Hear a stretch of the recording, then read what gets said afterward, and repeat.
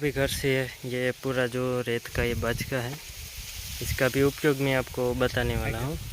घर से कंधे पे लेके मान पहुँचा यहाँ पर, क्योंकि वेट तो होता है रेत में। ये दरियाई रेत है, हमारे यहाँ मिलते हैं वो नहीं है, पीले कलर की जो दरियाई रेत आती है ना वो है। ये वाली ये रेत है, देखो ये दरियाई जो रेत आती है ना वो है। कल लेने के लिए गए थे। तो इसका यूज़ क्या है वैसे, ये क्या है, खेत के बॉर्डर में डाल रहे हैं। अभी सामने चाचा और भैया दोनों आ रहे हैं। और खेत के बॉर्डर के लिए तो इसलिए ये वो जो मुंडा आता है ना हमारे यहाँ, वाइट कलर का इतनी साइज़ में होता है वो, तो उसको बचाने और वो उससे हमारी फसल बचाने के लिए वो मुंडा, जो मुंडा बोलते हैं, वो अभी तो यहाँ पर ही है, तो इसमें ही डाल रहे हैं। या आप त्रुटका कहो तो त्रुटका कह सकते हैं, अंधविश्वास तो नहीं, बाकी त्रुटका कह सकते हैं। इसमें ज़्यादा तो मैं आपको नहीं समझा पाऊँगा। और ये है मूंगफली जो सबसे पहले खेत में लगाई थी वो, और पापा सामने वो खाद डाल रहे हैं। उस तरफ थोड़ी सी पीली और कमज़ोर है इसलिए।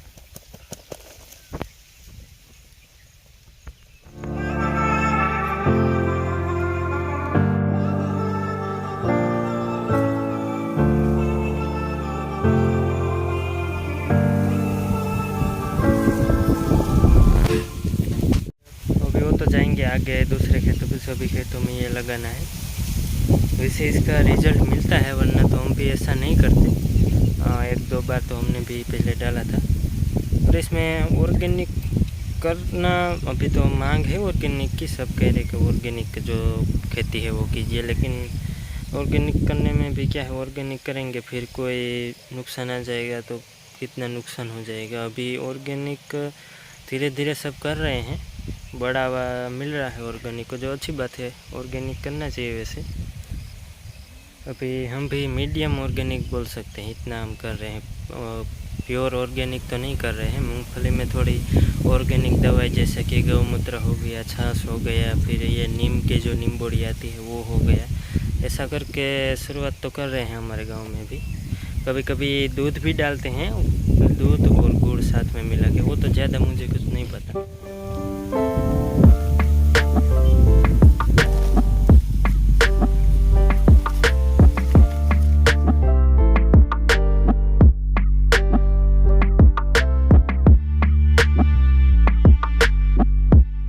तो यहाँ पर ये माँ पूरा पानी भर गया है। वो क्या, ज़्यादा बारिश अभी हुई थी ना थोड़े दिन पहले, वैसे तो ये भरा ही रहता है। अभी जब तक मानसून है तब तक इसमें पानी रहेगा। ये खेत है हमारा नहीं है, दूसरे भाई का है, क्योंकि सारा जो पानी होता है ना ये रास्ते से होकर आता है, और रास्ते में भी अभी चला नहीं जा सकता। हमारे खेत थोड़े से ऊंचे हैं इसलिए इसमें पानी नहीं आता वैसे। और यहाँ पर इतने में मूंगफली कमज़ोर रहती है हर साल, इतने में ख़राब मिट्टी है। तो अभी यहाँ पर हमने शुरुआत की है घास काटने की, मैंने और दीपक ने बीच में से। उस तरफ से मम्मी चाची वो सब काट रहे हैं, वर्कर भी है दो। यहाँ से तो चल के ही वहाँ पर ले जाना होगा, सामने है घर, क्योंकि ट्रैक्टर तो इतने में तो नहीं निकाला, क्योंकि ये रास्ते में ट्रैक्टर आ भी नहीं पाता। देखो अभी पानी भरा है और कीचड़ है, तो इसमें फंस जाएगा ट्रैक्टर, पक्का रास्ता नहीं है। और सबसे ज़्यादा घास ये वाले बांधे पे है, देखो कितना है। 3-4 दिन तो आराम से चलेगा, 5-6 दिन। तो मैं भी अरे ये जन्माष्टमी की छुट्टियों में ये सब काम कर रहा हूँ, थोड़ा सा हार्ड पड़ता है ये। दररोज का तो वैसे तो दररोज का ही करना होता है ये, रोज़ चारे का इंतज़ाम तो करना ही होगा एनिमल के लिए।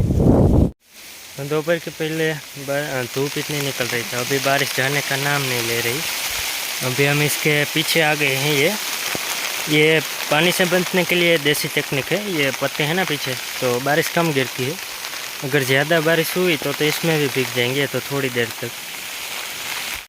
तो वहाँ से जो पारे पे घास करने के लिए गए थे, वहाँ पर 5-6 बारी काटी, पूरी 6 बारी, 6 का 7 भारी हुई है। और अभी यहाँ पर जो जुआर का चारा है ना वो भी 2 भारी है। तो कितना भारी चारा हुआ, इतना हर रोज़ काटना होता है। बाकी सूखा चारा वो तो अलग से। अभी मैं वहीं पर ही जा रहा हूँ लेने के लिए।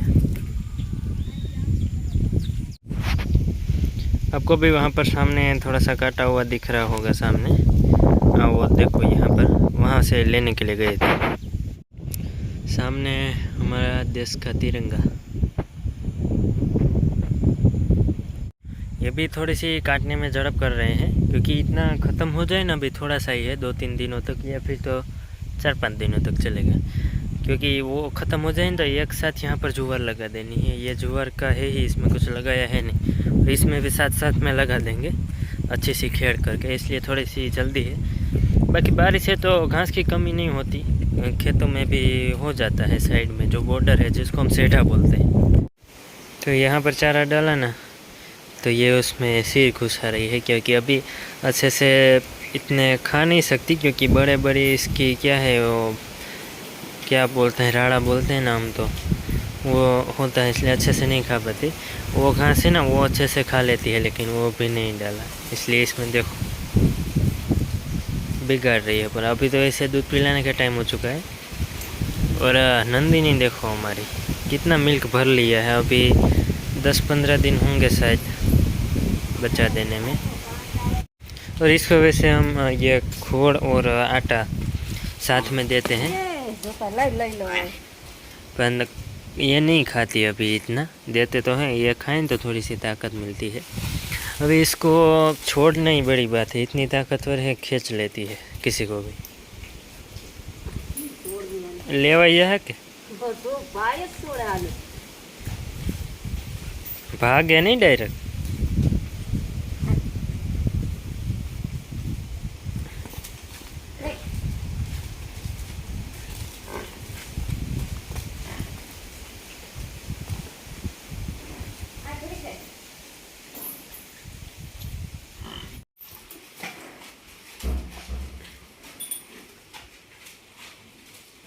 और रात में वैसे ये कटड़ी की जगह यहाँ पर नहीं है, वो वहाँ पर है एकदम। वहाँ पर बारिश भी हुई ना, तो ठंडी हवा भी वहाँ पर नहीं आती, और बारिश की छींटें तो बात ही अलग है, वो तो आएगी ही नहीं। देखो वहाँ पर एकदम साफ़ है, तो वहाँ पर बांध देते हैं। यहाँ पर भैंस होती है, देखो देखो इसको, ताकत तो बहुत आ गई है वैसे।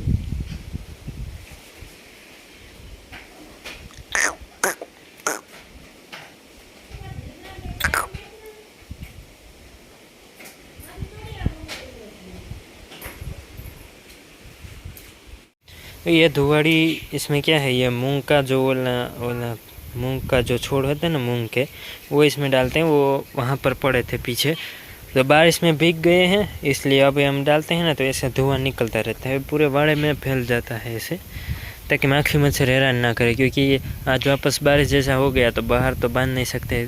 कल बैलों को बाहर वहाँ पर बांधा था खुली हवा में, तो अच्छा लग रहा था। अभी बैलों को भी अंदर लेंगे। अभी थोड़ी सी धुआड़ी में क्या है, नीम के पत्ते डालते हैं, क्योंकि वो अच्छा होता है। नीम जो कड़वा तो होता है, इसलिए अभी वो डालते हैं। तो यहाँ से ले लेते हैं। वैसे ये पेड़ को तोड़ना तो अच्छी बात तो नहीं है, लेकिन ये लंपी वायरस जो है फैल रहा है, तो थोड़े दिन तक हम क्या है आप समझ सकते, तकेदारी रखें तो अच्छा है। तो इतने पत्ते डाल देते हैं, इतना वैसे काफ़ी होगा। थोड़ा थोड़ा इतना डालेंगे ना, तो हरा नीम का पेड़ है, इसलिए जलेगा भी नहीं, धुआं ऐसे ऐसे निकलता रहेगा। अभी जो लंपी वायरस है वो ज़्यादा बढ़ रहा है, तो एक भाई की कमेंट आई थी कि आप उसके बारे में ब्लॉग बनाइए, लंपी वायरस के बारे में, उससे कैसे बचा जा सके। तो मुझे भी इतनी कोई ख़ास इन्फॉर्मेशन पता नहीं है, क्योंकि वायरस नया नया निकलता है तो इन्फॉर्मेशन तो नहीं मिलती। बाकी कुछ देसी नुस्खे होते हैं और वही ट्राई कर सकते हैं हम। बाकी तो जो सरकार की तरफ से जो डोज मिल रहे हैं, वैक्सीन मिल रही है, तो वो तो सब ने लगा ही लिए होंगे शायद। हमने भी लगा लिए हैं गायों को हमारी दोनों गायों को बाकी है। छोटे जो राधा मीरा है उनको लग गई है। तो देसी नुस्खे होते हैं, बाकी दूसरा तो कोई मुझे भी नहीं पता। तो फिर भी कहाँ से इन्फॉर्मेशन मुझे मिलेगी तो एक ब्लॉग बना दूंगा उसके ऊपर इन्फॉर्मेशन इकट्ठी करने, क्योंकि झूठ तो नहीं बोल सकते, जो सच है वही कहना पड़ेगा। तो देसी नुस्खे हम चला सकते हैं। वैसे ये जो नीम की धुआड़ी तो करनी होगी, क्योंकि धुआड़ी होगी तो माखी मच्छर जो है वो नहीं आएंगे, तो उसके हिसाब से भी थोड़ा सा बचा जा सकता है। और बाकी दूसरे कई सारे इलाज होते हैं